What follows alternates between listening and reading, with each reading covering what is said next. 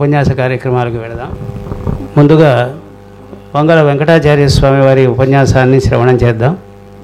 మనం అనుకున్నట్టుగా శ్రీరంగరాజస్తవం పూర్వశతకంలో భట్టరు వారు ఏ విధంగా రంగనాథస్వామి ఆలయాన్ని సేవించారు, సేవాక్రమం ఏ విధంగా ఉన్నది అనేటువంటి క్రమాన్ని వినడానికి ముందుగా మన వెంకటాచార్య స్వామి వారి ఉపన్యాసాంశం ఏమిటంటే రంగనాథస్వామి యొక్క దివ్యమంగళ విగ్రహ వర్ణనం, తిరుమేని వర్ణనం. భగవంతుని యొక్క స్వరూపరూప దర్శనాల్లో మిక్కిలిగా ఆకర్షించేటటువంటిది దివ్యమంగళ విగ్రహం. మనకు భగవద్యామునుల వారు కాంతా చతుశ్లోకిలో ఒక శ్లోకంలో అనుగ్రహిస్తారు. శాంతానంత మహావిభూతి పరమం యద్బ్రహ్మ రూపం హరేహి మూర్తం బ్రహ్మ తతోపి తత్ప్రియతరం అని అన్నారు. దాన్ని వ్యాఖ్యానం చేస్తూ అది భక్తులకే కాదు భగవంతునకు కూడా చాలా ప్రీతికరమైనది. రూపం యదత్యద్భుతం అని అంటూ భగవంతుని దివ్యమంగళ విగ్రహంలో ఉండేటటువంటి ఆ అనుభవం అనేది భక్తులకే కాదండి, సాక్షాత్తు భగవంతునకు కూడా ప్రియతరం.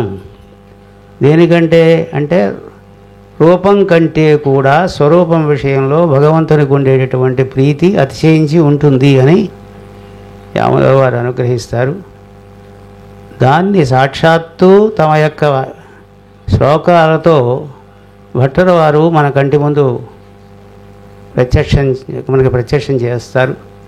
సుమారుగా 60 శ్లోకాలకు పైగా 60-65 శ్లోకాలకు దగ్గర అదించి ప్రారంభం చేసి ముందుగా ఉత్సవమూర్తి వర్ణన, తర్వాత మూలమూర్తి వర్ణన, దానికి ముందు ఆ స్వామిలో గోచరించేటటువంటి అనేకమైన కళ్యాణ గుణాలు, వీటినన్నిటినీ కూడా దర్శనం మనకి సేవింపజేస్తూ స్వామిని సేవించేటప్పుడు ఈ క్రమంలో మనం సేవించవలసింది అని మనకు ఉపదేశిస్తున్నారు. ఆ ఉపదేశ సారాన్ని మనకి అనుగ్రహించవలసిందిగా వెంకటాచార్య స్వామి వారిని ప్రార్థన చేద్దాం.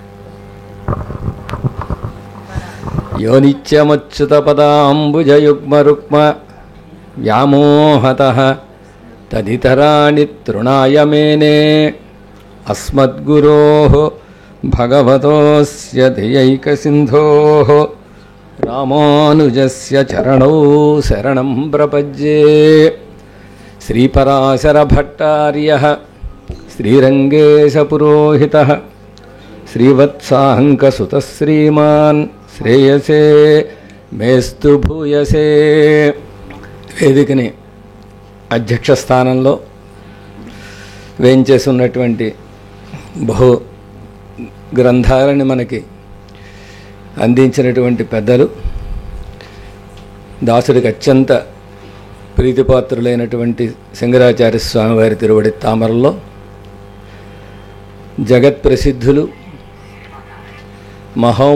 మహామహోపాధ్యాయ, రాష్ట్రపతి ఇత్యాది అనేక పురస్కారాలకు అలంకారమైన వారు రంగరామానుజాచార్య స్వామివారి తిరువడి తామరలో, అలాగే పరమహంస పరివ్రాజకాచార్యులు అహోబల రామానుజీయర్ స్వామివారి యొక్క తిరువడి హళ్లలో సహోపన్యాసకులు. పర వస్తువు కాదు, మా వస్తువే వారు. పర వస్తువు పరుడికి శ్రీమన్నారాయణుడు వస్తువు, ఆ వస్తువే మన వస్తువుగా ఇక్కడ వేయించేసి ఉన్నటువంటి వరదరాజన్ స్వామి గారిని, సభలో వేయించేస్తున్నటువంటి పెద్దలందరినీ సేవిస్తూ జానకమ్మ గారు నన్ను ఓ సముద్రంలో పడేశారు. ఆ సముద్రంలోంచి ఎలా ఈదుకుని బయటికి రావాలా, రెండే మార్గాలు. ఈదుతూ ఉండడం ఒక మార్గం, లేదా మునిగిపోవడం ఒక మార్గం. ఈ రెండు మార్గాలు. ఎందుకు నేను ఈ మాట అన్నానంటే, సౌందర్యమా రంగడిది. రంగడి సౌందర్యాన్ని చెప్పాలంటే అర్హత ఒకే ఒక్క పెద్దలకు ఉన్నది, మన పూర్వాచార్యుల్లో.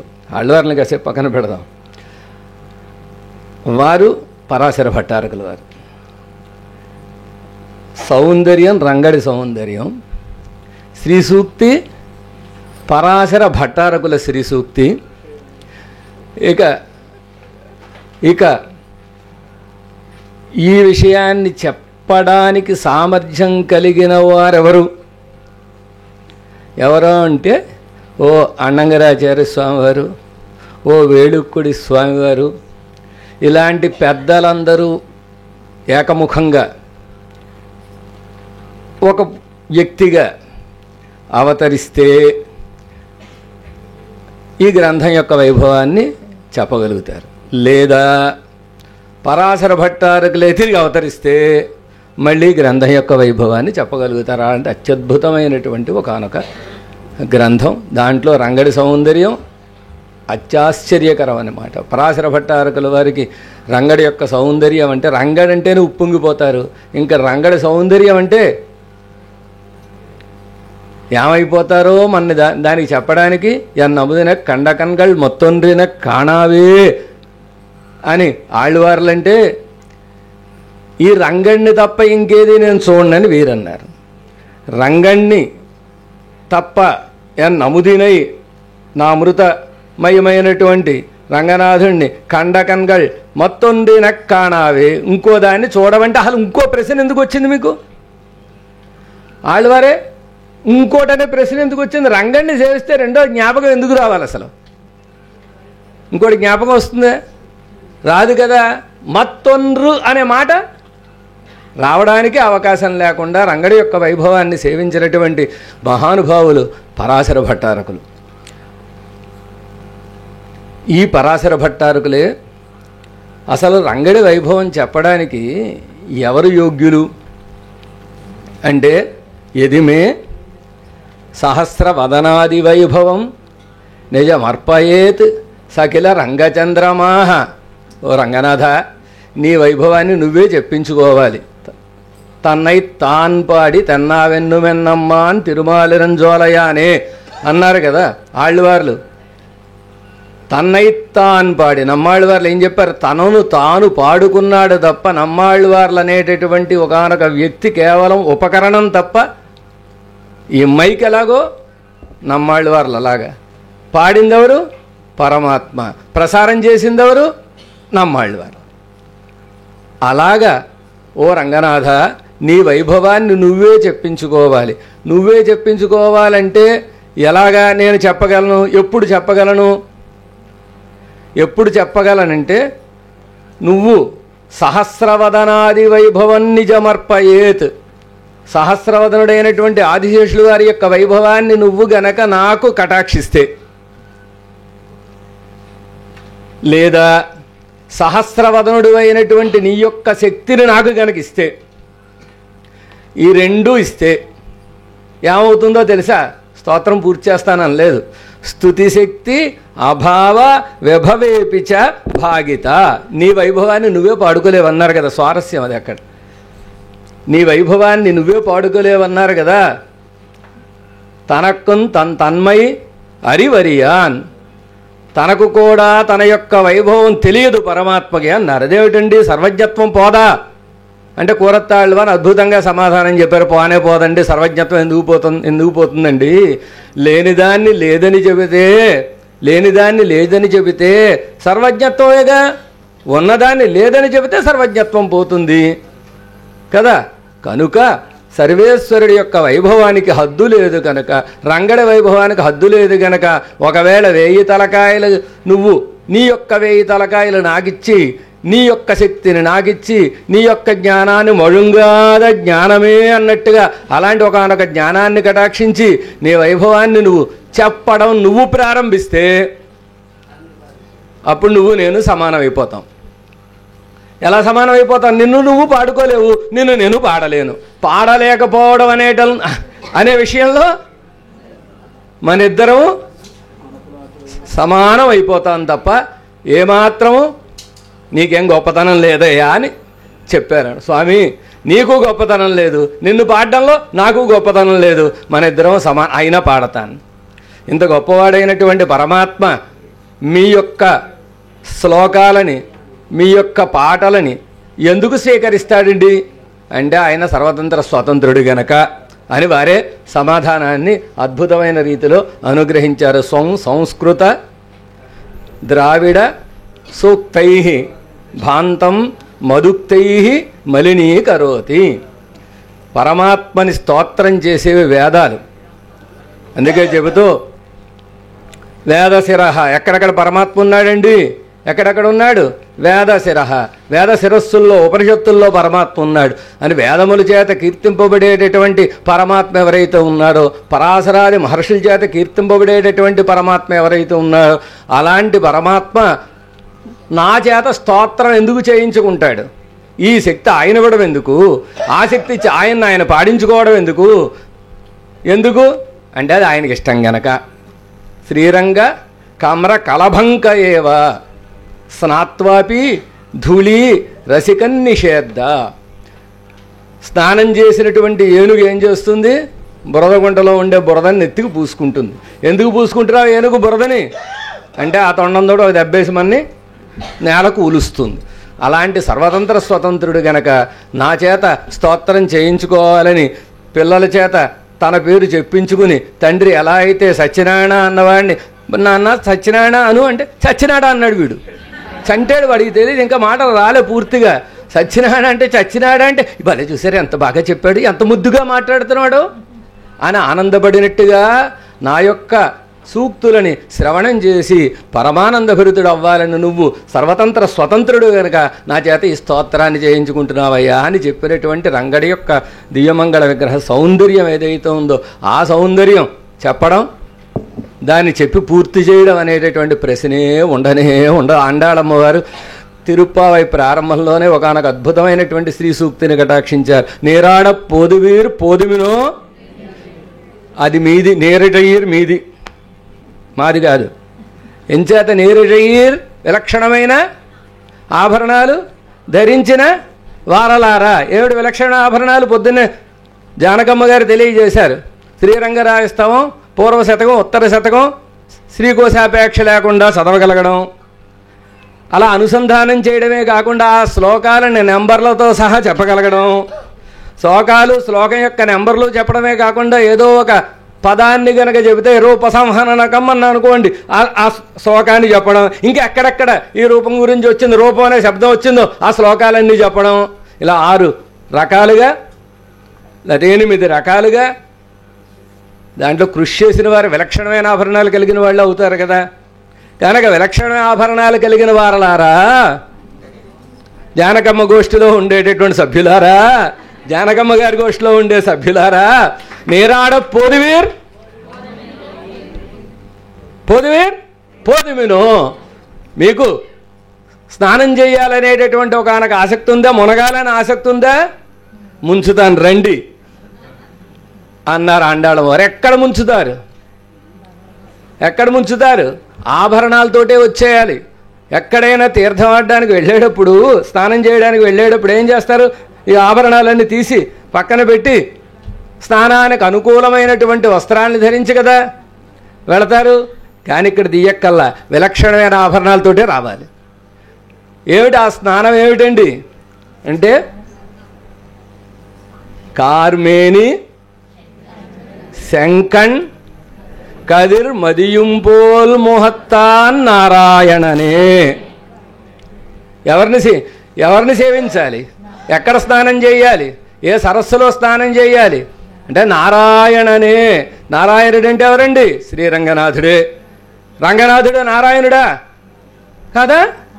ప్రసిద్ధం కదా, దాని గురించి ఏం ప్రమాణాలు చెప్పాల్సిన అవసరం ఏం లేదు.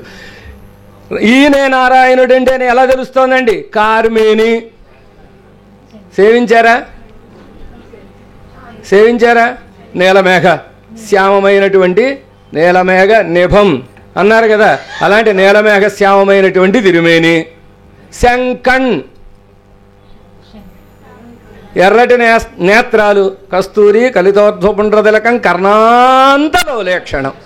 మామూలు లక్ష కర్ణాంతలో లక్ష అంత సాగదీస్తేనే సరిపోతుంది దానికి. అలాంటి విలక్షణమైనటువంటి తిరునేత్రాలు.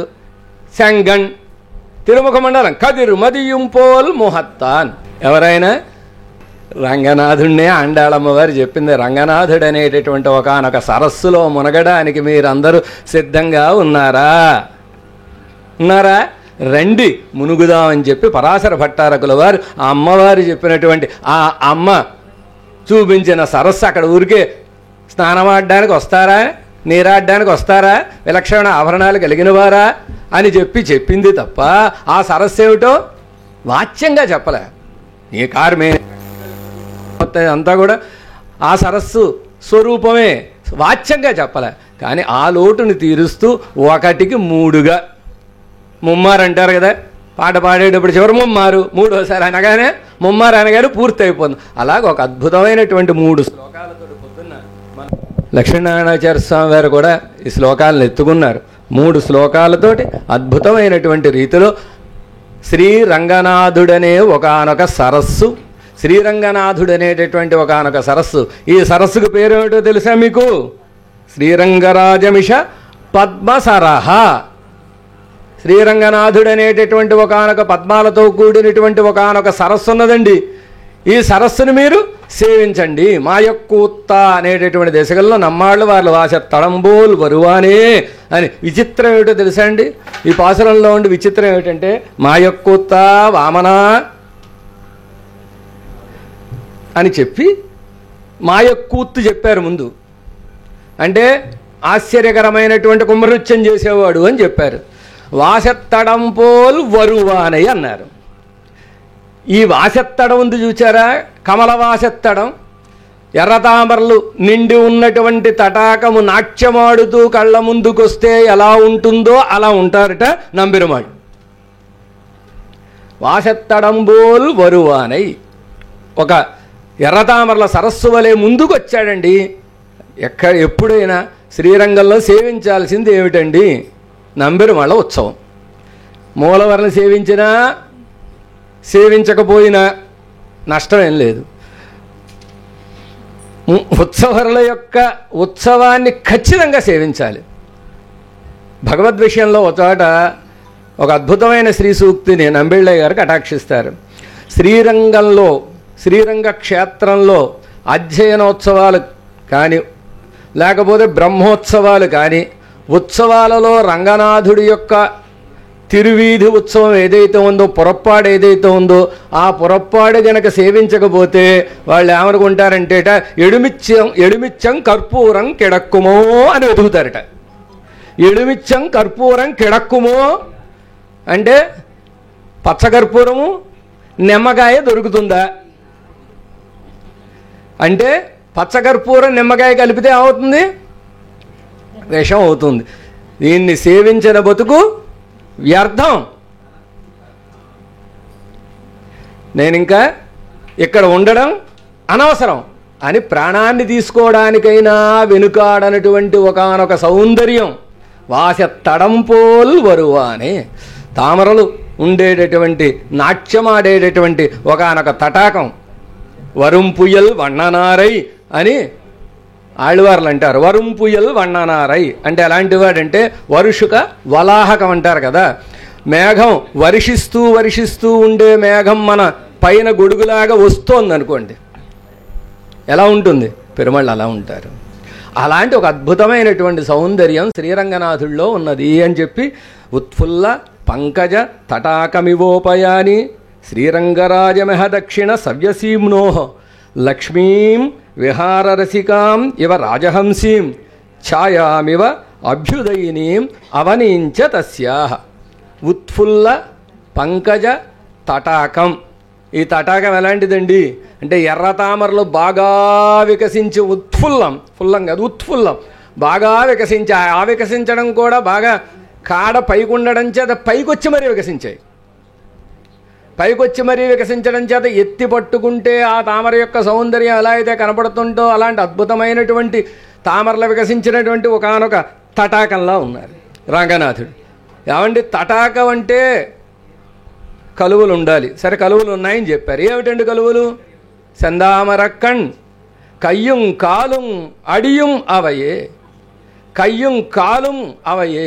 ఆయన యొక్క హస్తములు పాదములే, ఆయన యొక్క పాదములు అదే తామరలే, పాదములు తామరలే, నేత్రములు తామరలే, సర్వం ఎర్ర తామరలాగే ఉండేటటువంటి అద్భుతమైన అవయవ సౌందర్యం కలిగినటువంటి వాడు గనక తామరలు నిండినటువంటి ఒకానొక సరస్సు, ఒక్క తామర పరప్పుమార పూత్తాపోలి అని అక్కడ వ్యాఖ్యానంలో కటాక్షించారు. ఒకే ఒక్క తామర ఒక చెరువు నిండుగా పరప్పుమార పూత్తాపోలే. పరప్పుమార అంటే ఆ చెరువు నిండుగా అనమాట.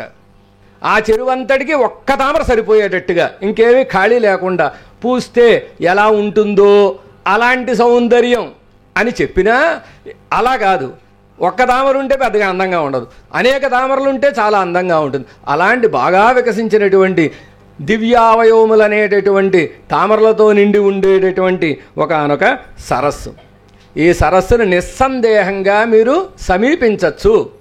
మామూలుగా లోకంలో ఏదైనా ఒక చెరువులో దిగాలంటే పాకుడు ఉంటుందండి, లోతు ఎంత ఉంటుందండి, ఏమైనా లోపల ఉన్నాయా, వెడత్తేళ్ళు ఎరిందాలే పోలా అని ఆండాళ్ళమ్మవారు అన్నట్టుగా లోపల కాళ్ళు పట్టి కరిచేస్తున్నాయి దుంపలు, తామర దుంపలు. అలాంటివి ఉంటాయా, ఏమైనా ఇబ్బంది ఉంటుందా? ఏం అక్కర్లేదండి. నిర్భయంగా నిస్సంశయంగా మీరు సమీపించవచ్చు, ఇందులో దిగచ్చు, మునగచ్చు. ఏమండి మునిగిపోమంటున్నారు మీద? మీరైతే మునగరా, దూరం నుంచి చూస్తారా? మమ్మల్ని అయితే దిగిపోమంటారా సరస్సులోకి? ముంచేద్దామని ఉద్దేశమా అంటే లేదండి, ఇద్దరున్నారు, రెండు చేతులు పట్టుకుని పైకి లేపడానికి ఇద్దరున్నారండి. ఎవరండి వారిద్దరు? శ్రీదేవి భూదేవి. శ్రీదేవి భూదేవి వీరిద్దరూ ఉన్నారట. ఈ సరస్సులో మునిగిపోతే ఇక్కడ అద్భుతమైనటువంటి ఒకనొక సౌందర్యం ఏమిటంటే లక్ష్మీదేవి భూదేవి ఇద్దరూ ఉన్నారన్నారు. ఏమని చెప్తున్నారంటే లక్ష్మీదేవిని ఒక రాజహంసలా చెప్తున్నారు, భూదేవిని ఆమెకు ఛాయగా చెప్తున్నారు. లక్ష్మీదేవిని రాజహంసగా చెప్తున్నారు. సరస్సు అంటే హంసలు ఉంటాయి కదండి, హంస ఉందండి అంటే ఉంది. రెండు హంసలు లేవు, ఒకే హంస ఉంది. ఆ స్వామివారికి ఎంతమంది దేవేరులండి?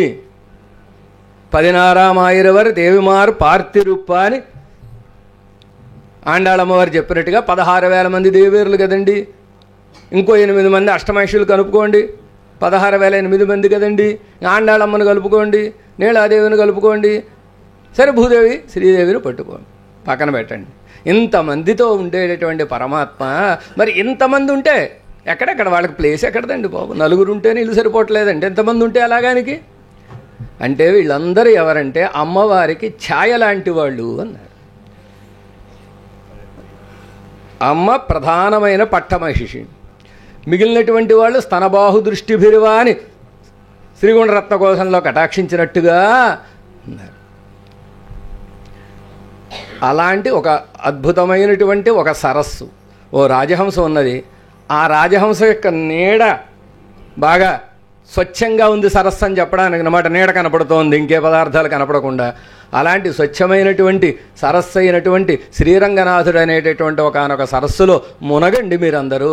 సమీపిస్తే అది చమత్కారం. అక్కడ సమీపించి మునగండి అనలే, లేదా మునగండి అనలే, సమీపిస్తే మీరే పడిపోతారు అందులో. మీరు మునగక్కర్లేదు. శ్రీరంగనాథుడి యొక్క దివ్యమంగళ విగ్రహ సౌందర్యం ఎలాంటిదంటే బాగా స్పీడ్ బ్రేకర్లు ఉండేటటువంటి ఒక రోడ్డులో ప్రయాణం చేయడం ఎలాంటిదో శ్రీరంగనాథుడి యొక్క దివ్యమంగళ విగ్రహ సేవ కూడా అలాంటిది. ఎలాంటిది అంటే అడి చూస్తే అడే, కడి చూస్తే కడే, కటి చూస్తే కటి, పాదాలు చూస్తే పాదాలే, ముడి చూస్తే ముడే, ముఖం చూస్తే ముఖమే, కన్ను చూస్తే కన్నే. ఇంకా రెండో దాని వైపు వెళ్ళాలంటే అవకాశం ఉండదు. తాటాక ముక్క సముద్రంలో పడేస్తే ఎలాగో శ్రీరంగనాథుడి సేవ కూడా ఆ తాటాక ముక్క లాంటిదే మనకి. మనం ఎలాంటి వాళ్ళం? సముద్రంలో పడిన తాటాకు ముక్క లాంటి మనస్సు కలిగిన వాళ్ళం రంగాన్ని సేవించడంలో. ఎందుచేత ఎక్కడి నుంచి ఎక్కడికి కొడుతుందో తెలియదు, లోపలికి మాత్రం తీసుకోదు. చమత్కారం. సముద్రం లోపలికి తీసేసుకోదు వస్తువుని, బయటకు కొడుతుంది, మళ్ళీ లోపల, మళ్ళీ కొడుతుంది, మళ్ళీ లోపల అవుతుంది. అంటే తిరువడిలో పడ్డామనుకోండి, ఒక్క తన్ను తంతాడు. అక్కడి నుంచి పడితే అక్కడి నుంచి ఎక్కడ పడతాం? మళ్ళీ ముడి మీద పడతాం. ముడి మీద బాగానే ఉంది కదా, ఇక్కడ ఉందాం అనుకుంటే కిందకి జారాలిగా. ముడి అంటే నైస్గా ఉంటుంది. జారితే మళ్ళీ నేత్రాల్లో మళ్ళీ పాదాల మీద పడతాం అన్న చమత్కారంగా చెబుతారు. ఆయన తిరునేత్రాన్ని సేవిస్తూ ముందు నేత్రాల సౌందర్యం వస్తుంది. తిరునేత్రాన్ని సేవిస్తేట వీడు ఏమంటట జితం అంటట. జితం అనగానే ఢామ్ అని కింద పడిపోతాడట. తిరునేత్ర సౌందర్యం సేవించిన వాడు జితం అంటట, అంటే కింద పడిపోయాడు. పడిపోగానే పరమాత్మకి 4 భుజాలు ఎందుకండి? అచ్యుదారం పుష్పితం అన్నారు కదా. పుష్పించిన 4 భుజాలు ఎందుకండి? ఎందుకంటే ఎడుత్తు అణక్కొంగై, పడిపోయిన వాడిని, ఆ నేత్ర సౌందర్యం చూసి పడిపోయినటువంటి వాడిని ఏం చేయాలి? పడిపోయిన వాడిని వదిలేస్తారా? ఇలా పట్టుకోవాలా? లేవదీయాలా? 4 భుజాలు అందుకు లేవదీసి అణక్కుంకై ఆలింగనం చేసుకునేటటువంటి ఒకానొక హస్తాలండి. ఇలాంటి ఒకానొక సరస్సులో మీరు మునగండి. మనకి కులశేఖర పెరుమాళ్ళు కూడా కరచరణ సరోజే కాంతిమన్నేత్రమీనే శ్రమముషి భుజవీచి వ్యాకులే అగాధ మార్గే అని మొత్తం స్వామిని ఒక సరస్సుగా మనకి అభివర్ణించారు. అలాంటి సరస్సు. తర్వాత 64వ శ్లోకం, మొత్తం 3 శ్లోకాలు కదా. పిబ నయనపురస్తే అనేటటువంటి శ్లోకంలో పిబ పశ్య అన్నారు. పిబ అన్నారు. పిబ అంటే లోచనాభ్యాం చూపించాడు అక్కడ ఆయన. శ్రీరామచంద్రుడు ఎలా సేవించాలో చెప్పాడు. లోచనాభ్యాం పిబన్నివ, నన్ను సేవించాలంటే నేను విభీషణుని ఎలా చూచానో మీరు నన్ను అలా సేవించాలి. విభీషణుడు వస్తుంటే అంటే నేను నా దగ్గరికి వచ్చిన వాళ్ళ విషయంలో ఎలాంటి చూపునైతే ప్రసరింపజేస్తానో మీరు కూడా నా విషయంలో అలాంటి భావన కలిగి ఉండాలి. నా యొక్క సౌందర్యాన్ని కళ్ళతోటి త్రాగాలి. ఎవడైనా కళ్ళతోటి త్రాగుతారా? దాహం వేస్తోందండి మంచినీళ్ళు ఇవ్వండి అన్నాడు. కానీ మంచి తీర్థం ఇచ్చారు పట్టుకొచ్చి. ఇస్తే ఏం చేశాడు? కళ్ళల్లో పోసాడు. కళ్ళతో తాగుతానన్నావు కదా. కళ్ళతో తాగడం అంటే ఇదే చమత్కారం. నమ్మాళ్ళు వార్లు తిరువాయిముడి దివ్య ప్రబంధంలో ముడియానే అనేటటువంటి ఒకనొక దశకంలో ఆయుధాల యొక్క ఇంద్రియాల యొక్క దౌష్ట్యాన్ని చెప్పారు. నమ్మాళ్ళు వార్ల యొక్క ఇంద్రియములు ఏం చేశాయంటే ప్రతి ఇంద్రియము తాను చేసే పని కాక మిగిలిన ఇంద్రియాల యొక్క పని కూడా తాము చేయాలనుకున్నాయి. నంబిళ్ళయ్య గారు ఆశ్చర్యకరమైన ఒకనొక శ్రీ సూక్తిని కటాక్షించారు వ్యాఖ్యానంలో. ఈ దశకంలో ఇంద్రియాలు ఎలా ఉన్నాయంటే ఆళ్వార్ల ఇంద్రియాలు కరువు కాలంలో బహుకుటింపుగా ఉండేటటువంటి వాడికి ఆహారం దొరక్క ఆహారం ఒక్కసారి దొరికితే ఎలా అయితే ఆహారం మీద పడి పీక్కు తింటున్నారో అలాగా ఆళ్వార్ల యొక్క ఇంద్రియాలు పెరుమాళ్ళని అలాగా సేవించాలని ఆశపడుతున్నాయండి అన్నారు. అంటే ఇలాగా ఇంద్రియాలు పరమాత్మని సేవించాలి. తప్పించడం అంటే కన్ను చూడాలని తప్పించడం సహజం. వాక్కు నాలుక మాట్లాడాలని ఆయన వైభవాన్ని చెప్పాలని తప్పించడం సహజం. కానీ నాలుక అంటుందిట నేను చూడాలి. ఎవరిని? రంగణ్ణి. నువ్వేం చూస్తావు? రుచి చూస్తావు కదా, దృశ్యాన్ని చూడలేదు కదా. ఇలా ఇంద్రియాలన్నీ ఒక ఇంద్రియం చేసే పని ఆ పనితోటి తృప్తి పడక మిగిలినటువంటి ఇంద్రియాల యొక్క పని కూడా అవే చెయ్యాలని ఆశపడడం అనేటటువంటి ఏదైతే ఆ విషయం ఏదైతే ఉంది ఇక్కడ పిబ అని చెప్పారు. తర్వాత మళ్ళీ పశ్య అన్నారు. పశ్య అని ఎందుకు అన్నారంటేట రంగడి యొక్క సౌందర్యం ఎలాంటిదండి? రంగడి యొక్క సౌందర్యం ఎలాంటిదంటే ఒక్కసారి ఆయన సౌందర్యాన్ని సేవిస్తే అందులోనే మునిగిపోతారు తప్ప ఇంకేమి గుర్తుకు రాదు. పశ్య అంటున్నారు. ఏమిటి పశ్య? అమ్మవారింది పక్కన చూడండి, అమ్మవారింది పక్కన చూడండి, ఆ పక్కన భూదేవి కూడా ఉందండి అని చెప్పి చెబుతున్నట్టుగా ఉన్నదండి. శ్రియమపి లక్ష్మీదేవి కూడా ఉన్నదండి. పశ్య విశ్వంభరాంచ ప్రతిఫలనమివాస్యాః పశ్య విశ్వంభరాంచ, ఆమెకు నీడలా ఉండేటటువంటి భూమాతను కూడా సేవించండి అని రంగడి సౌందర్యంలో పడి ఆ సౌందర్యామృతాన్ని పానం చేస్తూ పక్కనుండే అసలు తత్వంగా ఉండేటటువంటి శ్రీతత్వాన్ని కూడా మరిచిపోతారేమో. అంతటి ఉత్కృష్టమైనటువంటి సౌందర్యం రంగనాథుడిది అని పిబాని పశ్యాని 2 క్రియలు వాడడం ద్వారా మనకి తెలియజేస్తున్నారు. అమ్మని భూదేవిని నీడ అన్నారు. పిళ్ళలోకాచార్య స్వామి వారు అర్చిరాదిలో అంటారు, అవళుక్కు நிழல் போல்வரான மத்தை இரண்டு நாச்சிமாரும் వలవట్టத்திலே எழுந்தி అరుళా నిற்కా. లక్ష్మీదేవికి నీడలాంటి మిగిలిన ఇద్దరు నాచ్యమారులు ఎడమవైపున వేయించేసి ఉండగా అని అలాగా ఆ లక్ష్మీదేవికి భూదేవి నీడలాగా నీలాదేవి కూడా నీడలాగా ఉంటుంది అని అలాంటి రంగనాథుడైనటువంటి ఒకనొక సరస్సులో మీరు ములగండి అని చూడండి. తర్వాత 3వ శ్లోకంలో అంటే వరుసగా 3 శ్లోకాల్లో చెప్పారు. 3వ శ్లోకంలో చిన్న చమత్కారాన్ని చేశారు. లక్ష్మీచ వాసితం అన్నారు. లక్ష్మీచ వాసితం, లక్ష్మీ వాసితం చా పక్కన పెడదాం. తర్వాత దానికి లక్ష్మీ వాసితం. పరమాత్మ ఎలాంటి వాడండి? లక్ష్మీ వాసితం. లక్ష్మీ పరిమళం వస్తోందిట ఆయన దగ్గరికి వెళితే. లక్ష్మీ పరిమళం రావడం, తులసి పరిమళం వస్తుందన్నారు, బాగుంది. అమ్మవారి పరిమళం రావడం ఏంటండి? అమ్మవారి పరిమళం ఎందుకు వస్తుందంటే అమ్మ ఎక్కడ అవతరించింది? తామర పద్మంలో కదా. పద్మంలో అవతరించింది కనుక ఆ పద్మంలో అమ్మ ఎలా అవతరించింది అన్నారంటే మన పూర్వాచార్యులు ఎలా అవతరించిందంటే తామర పువ్వులే ఇరుక్కిర మనమెల్లాం ఒక వడువు కొండ పూలే. ఆ పుష్పంలో ఉండేటటువంటి పరిమళం అంతా ఒక రూపాన్ని ధరించింది అనుకోండి. ఆ రూపానికి ఏమని పేరు? లక్ష్మీ అమ్మవారు అని పేరు. అందుచేత పరిమళించిన, లక్ష్మీదేవితో పరిమళించిన అని ఇంకొక అద్భుతమైన సంప్రదాయార్థాన్ని దృష్టిలో పెట్టుకుని కటాక్షించారు.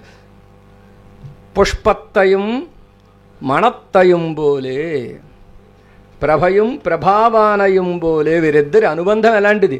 పుష్పానికి పరిమళానికి ఎలాంటి అనుబంధమో, సూర్యుడికి కాంతికి ఎలాంటి అనుబంధమో. నాకు పరిమళమే కావాలి, పుష్పం వద్దంటే కుదరదు. నాకు పుష్పమే కావాలి, పరిమళం వద్దంటే కుదరదు. అలాంటి విడదీయరా అనేటువంటి ఒకనొక అప్రదక్షిద్ధమైనటువంటి ఒకనొక సంబంధం వీరిద్దరికీ ఉన్నది అనేటటువంటి విషయాన్ని ఇలాంటి ఒకనొక సరస్సులో, పద్మాల పరిమళం వచ్చే సరస్సులో నువ్వు మునగవలసింది అని తెలియజేశారు. అంతేకాదు, రంగనాథుడి దగ్గరికి వెళ్ళి మనం సేవిస్తే ఎవరైనా మనకు కనపడ్డారనుకోండి, మనం సేవించారనుకోండి, ఏమంటాం? బాగున్నారమ్మా, బాగున్నారా, అందరూ బాగున్నారా అడుగుతాం. అడగమా? వాళ్ళు మన అలాగే అడుగుతారు కదా. రంగనాథుడికి కూడా ఎవరైనా వెళ్ళి సేవిస్తే బాగున్నారా అమ్మా అనాలి అనిపిస్తుంది. అనిపించేసి గబుక్కున మాట అనేయాలని ఆయన ప్రయత్నం చేస్తూ ఉంటాడట. ఎప్పుడూ చూడండి ఆయన మందస్మితంతో ఉంటాడు. మందస్మితేన మధురేణ వీక్షణేన అన్నట్టుగా మందస్మితంతో ఆయన ఎప్పుడూ ఉంటాడు. ఎందుకంటే ఈ మందస్మితం ఎవరిని చూసినా బాగున్నారా అనాలనిపిస్తోంది ఆయనకి. కానీ ఈ లోపే అబ్బా అచ్చే అవతారం అయిపోయింది, అబ్బా అచ్చా సమాధి అయిపోయింది. ఈ సమాధి కనుక లేకుండా ఉంటే, అచ్చా సమాధి కనుక లేకుండా ఉంటే, బాగున్నారమ్మా, ఎక్కడి నుంచి వచ్చారు? కరీంనగర్ నుంచి వచ్చారా? నరసాపురం నుంచి వచ్చారా?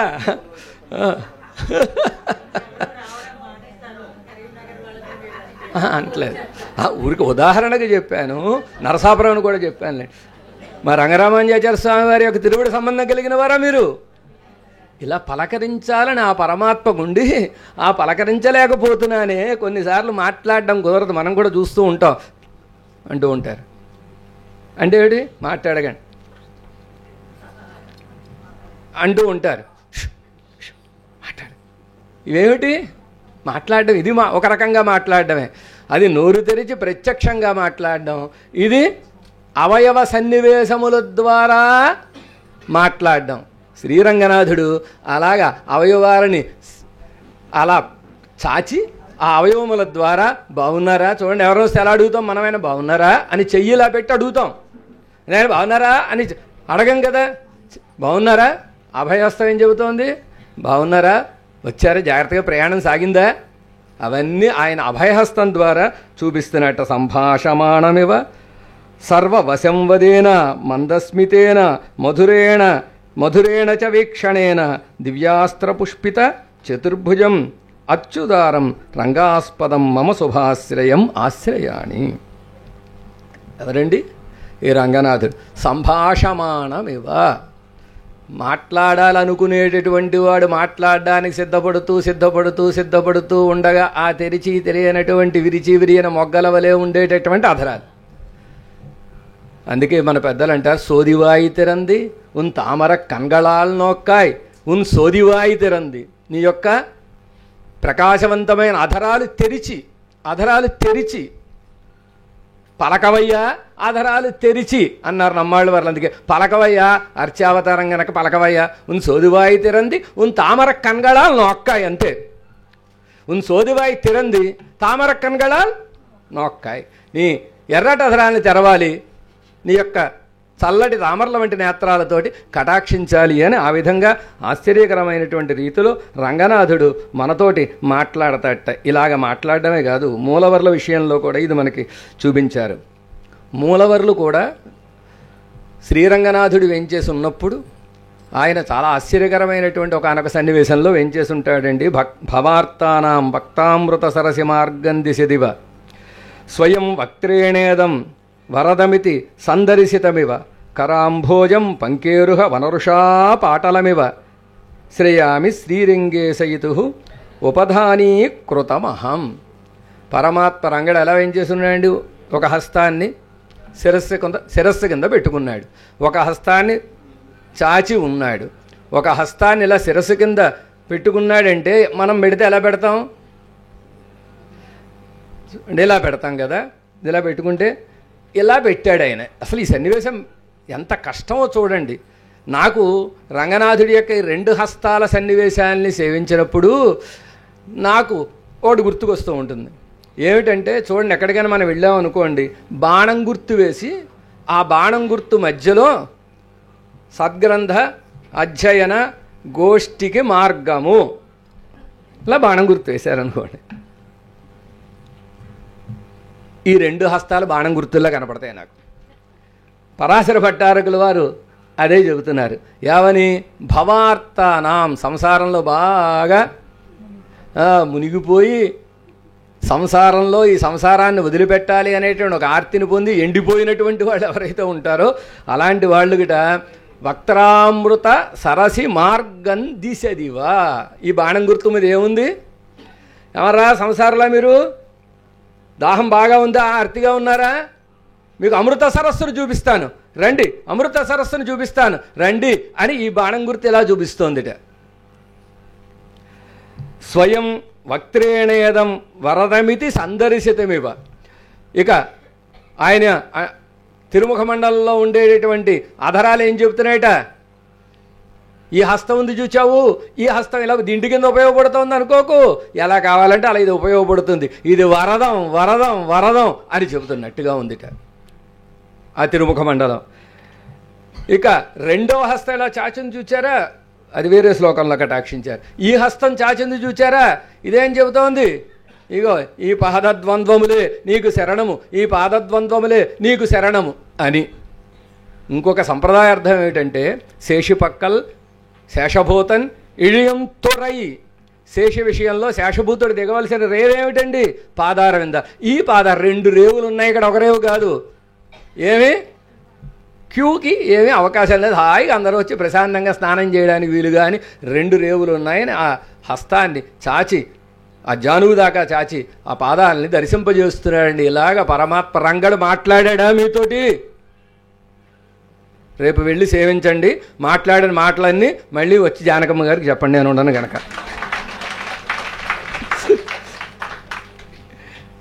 ఇది సౌందర్యం, స్వామి యొక్క వైభవం ఇది. అంతేకాదుట, మనమే రంగడి సౌందర్యాన్ని తలుచుకుంటే మైమరిచిపోతున్నామే. అలాంటి రంగడి సౌందర్యం తలుచుకుంటే ఎలా ఉంటుంది? ఎలా ఉంటుంది చెప్పండి?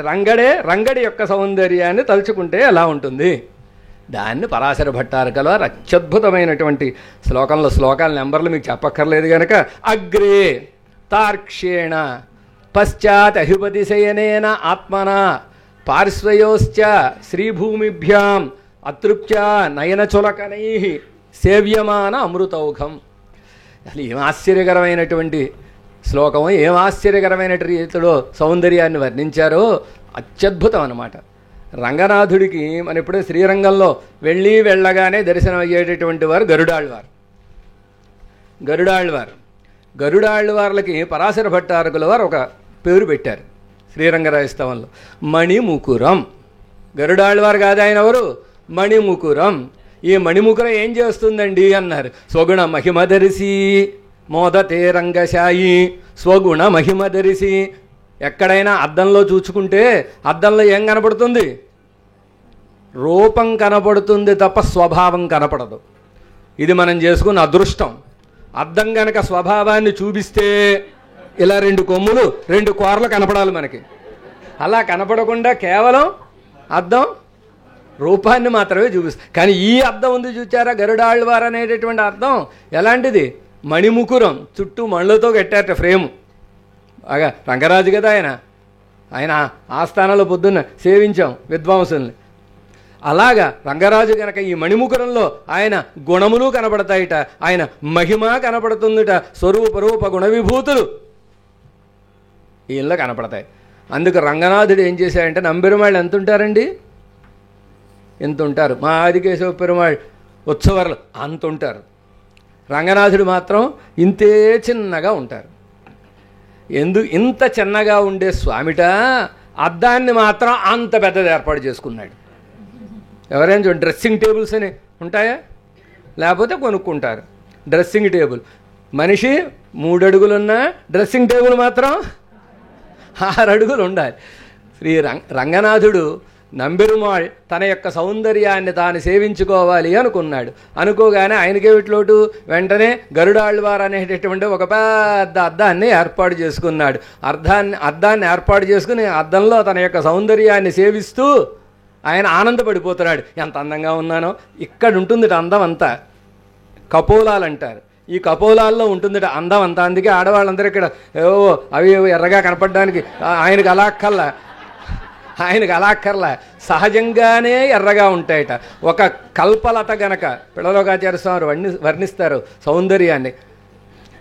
ఒక కల్పలత గనక వచ్చి, ఇది కల్పలత, దానికి 2 చిగుళ్ళు వేసిందనుకోండి, ఈ కపోల చిగురు ఎలా ఉంటుంది? ఎర్రగా ఉంటుంది. కనుక ఎర్రగా ఉండేటటువంటి కపోలాలు కలిగినటువంటి స్వామి అన్నారు. ఉందండి చెప్తా. చిగుళ్ళు ఎలా ఉంటాయో కపోలాలు అలా ఉంటాయి. ఈ కపోలాల సౌందర్యం ఆయన సేవించాలి. ఇది సేవించి ఆయన అద్దంలో తన యొక్క ముఖ సౌందర్యాన్ని, అందున ముఖ్యంగా ఆ కపోలాల యొక్క సౌందర్యాన్ని సేవించాడు. సేవిస్తే తృప్తి కలగల. నెక్స్ట్ అక్కడికి తృప్తి కలగక ఏం చేశాట? ఈ కపోలాల యొక్క సౌందర్యాన్ని శ్రీదేవిలో తానుగా దూరాడు, భూదేవిలో తానుగా దూరాడు. శ్రీభూమిభ్యాం అతృప్త్యా, తృప్తి కలగక శ్రీదేవి భూదేవుల్లో చేరాడు. ఏం చేశాడు? నయన చులకనై సేవ్యమాన అమృతౌఘం. నేత్రములు అనేటటువంటి 2 పాత్రలుట. ఓ చెరుకు రసం పోసేస్తున్నారు అనుకోండి, 2 పాత్రలు పట్టుకుని ఒకదాని తర్వాత ఒకటి పుచ్చేసుకున్నట్టుగా శ్రీరంగనాథుడి యొక్క తిరుముఖ మండలంలో ఉండేటటువంటి ఒకానొక అద్భుతమైనటువంటి అమృతమయమైనటువంటి సౌందర్యం ఏదైతే ఉందో పురుషుళ్లతోటి వాళ్ళు పుచ్చేసుకుంటున్నారండి. ఇద్దరూ కూడా పురుషుళ్లతోటి పుచ్చుకుంటున్నారండి. అయినా తృప్తి కలగలే. ఇంకెలాగా మున్నుడి సౌందర్యం సేవించారు. పిన్నుడి సౌందర్యం, అసలు సౌందర్యం అంతా పిన్నుడిలోనే ఉంటుందన్నారు. పిన్నుడి సౌందర్యం ఎలాగా? ఆత్మన తనంతడు తానుగానే మూలవర్లుగా శ్రీరంగనాథుడిగా వెనకాల శయనించి ఉండి సేవిస్తున్నాడండి. పిన్నుడి సౌందర్యాన్ని వెనకాల శయనించి ఉన్నాడు రంగనాథుడు అన్నారు. కానీ ఒక ఆయన అన్నారు అసలు శయనించి లేడండి రంగనాథుడు, నిన్న తిరుక్కోలంలోనే ఉండేవాడు. ఎప్పుడైతే నంబెరుమాళ్ళుగా ఉండే తన పిన్నుడి సౌందర్యాన్ని సేవించి అబ్బా ఇంత అందం ఉందా అని పడిపోయాడండి. అలా తనకు తానుగా మూలవర్లుగా ఉండి పిన్నుడి సౌందర్యం, గరుడాళ్వారు అనే అద్దంలో మున్నుడి సౌందర్యాన్ని, పార్శ్వముల్లో ఉండేటటువంటి పార్శ్వముల్లో తత్రాపి ముఖ్యంగా కపోలాల్లో ఉండేటటువంటి సౌందర్యాన్ని అంతటినీ శ్రీదేవిగా భూదేవిగా వరుసగా ఒకదాని తర్వాత ఒకటో దాని తర్వాత ఒకటి పానం చేసినట్టుగా పాత్రలతోటి అలాగ పానం చేసేస్తున్నారండి. ఇలాంటి స్వామి ఎవరైతే ఉన్నారో ఆ స్వామిని సేవించండి అని చెప్పి ఆయన సౌందర్యాన్ని ఆయనే సేవించుకుంటే ఎలా ఉంటుందో దాన్ని తెలియజేశారు.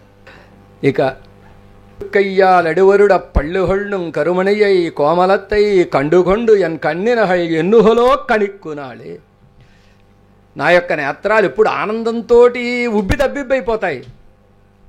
ఎలాగా ఎలా ఉన్నారు ఆయన? ఎలా ఉన్నారు? కరుమణి, నీలమణి లాంటి వాడు. కోమలత్తై, కోమలమైనటువంటి తిరుమేని కలిగినటువంటి వాడు.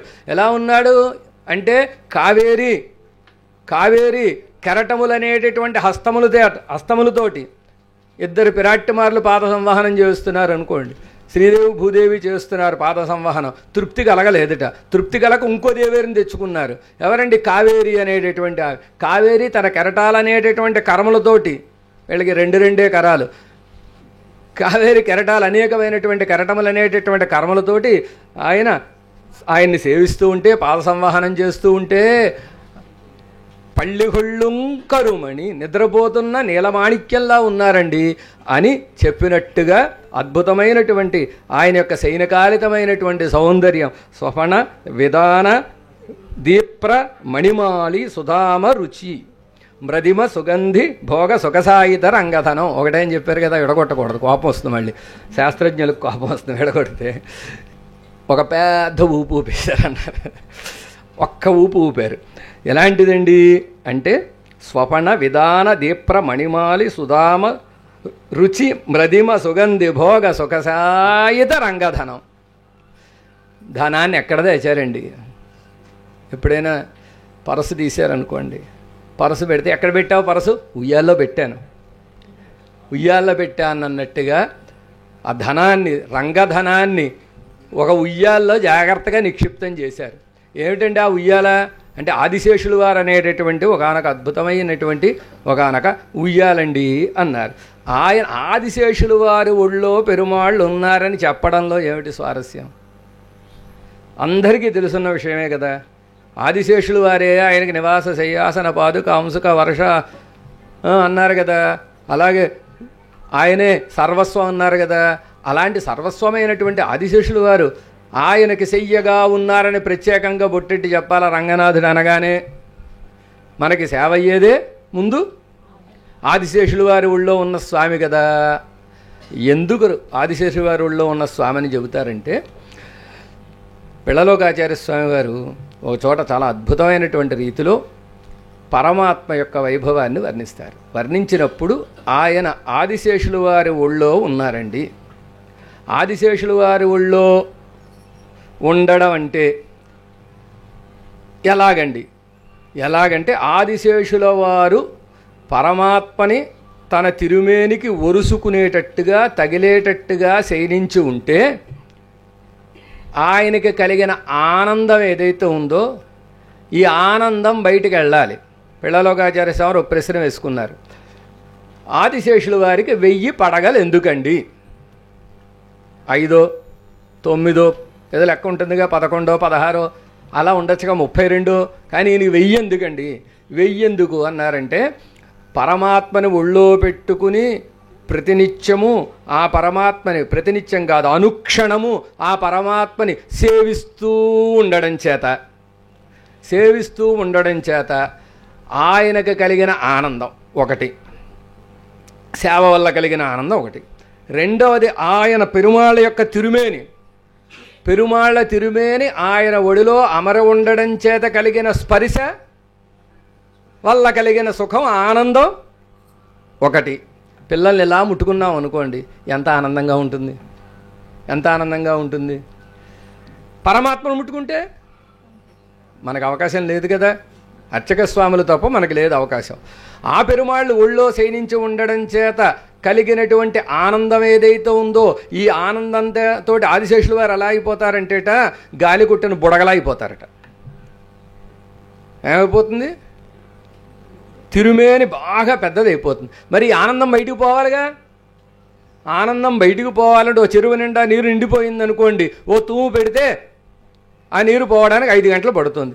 2 తూములు పెడితే 2 గంటలు పడుతుంది, చుట్టూ తూములు పెట్టేస్తే 5 నిమిషాల్లో అయిపోతుంది. ఎప్పటికప్పుడు కలిగేటటువంటి ఆ యొక్క అనుభవం ఏదైతే ఉంది, ఈ అనుభవాన్ని బయటికి వెళ్లగక్కడం కోసంగా 1000 శిరస్సులు పరమాత్మని సేవించిన ఆదిశేషుల వరకు ఉన్నాయండి. 1000 శిరస్సుల ద్వారా టకటక ఎప్పుడు ఆనందం అప్పటికప్పుడు చెప్పేస్తూ ఉంటే పొట్ట ఖాళీ అవుతుంది, మళ్ళీ ఆనందం వస్తుంది, మళ్ళీ ఖాళీ అవుతుంది, మళ్ళీగా. దానినే ఇక్కడ ఉచ్ఛ్వాస నిశ్వాసాలుగా చెప్పారు. అంటే ఒక్కసారి గాలి పీల్చినప్పుడు పైకి, ఒక్కసారి గాలి వదిలినప్పుడు కిందకి. ఊగుడు ఎలాగో పెద్ద చిన్న ఊపు మామూలే, దానికి తోడుగా ఒకసారి గాలి పీల్చినప్పుడు ఊపిరి పీల్చినప్పుడు పైకి, ఊపిరి వదిలినప్పుడు కిందకి. ఇలాంటి అద్భుతమైన ఒకనొక తూగుటుయ్యాలండి. అందుకే ఇక్కడ ఈ తూగుటుయ్యాల్లో ఆయన శయనించి ఉన్నారు అని పాయనీర రంగందన్నుల్ పాంబణపల్లి హొండ అని ఇనిధర తెవలమోద ఎరియంతన్ పరవమీదే తనకిడందరసు సెయ్యం తామరక్కಣ್ಣనెమ్మాన్ తిరుమల దివ్య ప్రబంధంలో అనుగ్రహిస్తున్నారు తొండరడిప్పుడి ఆళ్ళవారు. ఇనిధిర తెవలమోద, ఉభయ కావేరి మధ్యలో ఉన్నారుగా రంగనాథుడు. ఈ కావేరీ కెరటాలు కొడుతూ ఉన్నప్పుడు లేచిన తుంపరలు ఏవైతే ఉన్నాయో ఆ తుంపరలు రంగడిని మోద అన్నారు. తాకి అంటే పోయేది, తాకి అనలే, తొట్టనలే, మోద అన్నారు. మోద అంటే ఆ తుంపరలు కూడా రంగనాథుడి యొక్క సౌకుమార్యానికి తగనవిగా బరువుగా ఉన్నాయి, భరించరానివిగా ఉన్నాయి. ఇనిధిర తెవల మోద అని అందుకు మోద అనేటటువంటి ఒక పదాన్ని పాసురంలో వాడారు. ఇనిధిర తెవల మోద ఎరియింతన్ పరవ మీదే తనికిడం తరసు సెయ్యం తామరక్కಣ್ಣన్. ఆయన ఎలాంటి వాడండి? ఏడొలహం తనిక్కోల్ సెల్లా, 7 రాజ్యాల్లో తన ఆజ్ఞ చెల్లేటట్టుగా, 7 లోకాల్లో తన ఆజ్ఞ చెల్లేటట్టుగా వేంచేసి ఉండేటటువంటి పరమాత్మ అండి. అందుకే నంబెరుమాళ్ళకి ఒక దండం ఉంటుంది, ఎప్పుడైనా చూసారో లేదో, సెంగోల్ అంటారు దాన్ని. సెంగోల్ తిరువరంగనార్ సెంగోల్ సెలుత్తుం అని ఆండాళమ్మ వారు కూడా కటాక్షిస్తుంది. ఆ సెంగోలుతోటి ఆయన మొత్తం అంతా నడిపేస్తాడు. అలాంటి స్వామి ఎవరైతే ఉన్నారో ఆ స్వామి అని రంగడి యొక్క సౌందర్యాన్ని కొడదిశ ముడియవైతి కొనదిశ పాదన్నీట్టి వడదిశ పిన్బు కాట్టి తెంతిశ ఎలంగనోక్కి అరవణ తుయల్మాగండి ఉడలెనక్కి ఉరుగుమాలో ఎన్సేహే నొలహత్తీరే అన్నారు. ఏం చేయమంటారు లోకులారా అని మన్న సలహా అడుగుతున్నారు. చూడండి తొండరడిప్పుడి వాళ్ళు వారు దేంట్లో రంగడి సేవలో వచ్చిన కష్టం తొలగిపోవడానికి, ఓ లోకులారా మీరు ఏమైనా సలహా చెప్తారా, మీరందరూ నేరు చేయరు కదా, ఏమైనా చెప్తారా సలహా అని అడిగారు. ఏమిటి సలహా? ఎందుకు సలహా అవసరం వచ్చింది? ఎందుకు అవసరం వచ్చిందంటే ఆ శయనించి అరవణత్తుయిల్ మా కండు ఆశ్చర్యకరమైనటువంటి ఆదిశేషుల వారి మీద శయనించినటువంటి ఆయన యొక్క శయనకారితమైన నిద్రా సౌందర్యాన్ని సేవించినటువంటి నాకు పనియురుంబుదురుమాలో కళ్ళల్లోంచి ఇలా ధారాపాతంగా ఆనంద భాష్పాలు కారిపోతున్నాయి. రంగడి సేవ ఆగిపోతుంది. రంగనాథుని సేవిద్దామని వెళ్ళి రంగనాథుని సేవిస్తూ ఆయన యొక్క సన్నివేశాన్నంతా సేవించినటువంటి తొండరడిప్పుడి వాళ్ళకి సేవకి ఆటంకం కలిగింది. తెరలు కట్టేశాయి, ఆనందాసురులు తెరలు కట్టేశాయి. ఆనందాసురు వస్తే ఆనందమే కదండి, ఆనందమే. కానీ సేవ ఏమైంది? ఆటంకం వచ్చిందా? ఏం చేయమంటారు చెప్పండి మీరు? ఈ తెరలు ఎలా పోతాయో చెప్పండి లోకులారా మీరు అంటే సేవ అనుకుని వెళ్ళిపోవడమే అని మనం చెబుతాం కదా. ఎలా పోతాయి తెలియదు అన్నారు.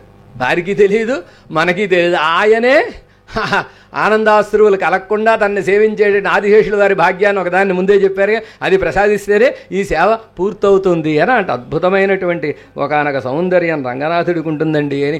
అందం ఉండడమే కాదు, సుకుమారుడై ఉండడం కూడా ముఖ్యమే. ఎంత సుకుమారుడండి ఆయన అంటే రంగభర్తు లోచన చర్చాం సాహసావళిషు లేఖమానం పుష్పహాస ఇది దుహానం. ఆయనకి ఏమని పేరండి? పుష్పహాస్ అని పేరు. పుష్పహాస్ రంగనాథుడి పేరు. ఎలా ఉంటాడండి ఆయన అంటే ఆయన సౌందర్యాన్ని మనసు పెట్టి సేవిస్తే తెలుస్తుంది.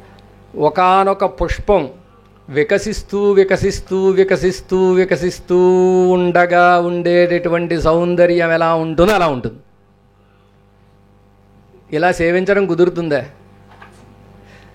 ఒక ఆయన తెల్లవారులు ఆ గులాబీ మొక్క దగ్గర కుర్చీ వేసి కూర్చున్నాడు. ఓ పసుపు రంగు గులాబీ పెద్ద గులాబీ వికసిస్తుంది, ఎలా చూద్దాం, తెల్లారి నిద్రపోయి కునికేసేసరికి వికసించేసింది. అది సాధ్యం కాదు. అంటే రంగడి సేవ సాధ్యం కాదు, ఎలాంటి వాడికైనా సాధ్యం కాదు అని చెప్పి. ఎంతటి సౌకుమార్యం అండి, ఎంతటి సౌకుమార్యం అండి అంటే అవాంగ్మానస గోచరం, వాక్కుకి మనస్సుకి అందనంతటి సౌకుమార్యం. ఇంతటి సౌకుమార్యం ఉంటే మరి ఆవిడ సుకుమార్ అంటారేమిటండి? శ్రీగుండ రత్నకోశ ఆవిడ సుకుమార్ అంటారేమిటి? పాదారుంతతమేవో పంకజ చేటి భృశాలోకితై అంగంలాని అని చెప్పారు కదా. ఆవిడని అంటారే చెలికత్తెలు, అమ్మ జాగ్రత్త అమ్మ, అమ్మ జాగ్రత్త అమ్మ, అమ్మ జాగ్రత్త. ఎందుకుట? ఇలా లీలార విందాం, ఇలా ఆవిడ స్టైల్గా పట్టుకుందిట, వయ్యారంగా లీలార, పడేయమ్మ పడేయమ్మ పడేయమ్మ. ఎందుకు? కొండనెత్తినట్టుగా ఉందిట. చెలికత్తెలందరికీ కొండనెత్తినట్టుగా ఉందిట ఈవిడ. పడేయమ్మ పడేయమ్మ అంటున్నారట. ఆయన 7 రాత్రులు 7 పగళ్ళు చిటికిన వేలు మీద గోవర్ధన పర్వతాన్ని ఎత్తి పట్టుకుంటే పడేయమని ఒకడు అన్నారా చెప్పండి? పక్కన పడేయమనొచ్చులండి, వాళ్ళని ఎత్తిమి పడేయమనాలనే ఉంది. పడేయమన్నారా?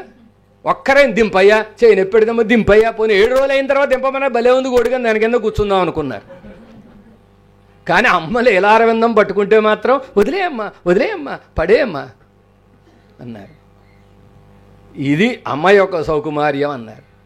ఇప్పుడు స్వామి సౌకుమార్యం, అమ్మ సౌకుమార్యం అంటే ఇలాంటి సుకుమారిగా ఉండే అమ్మని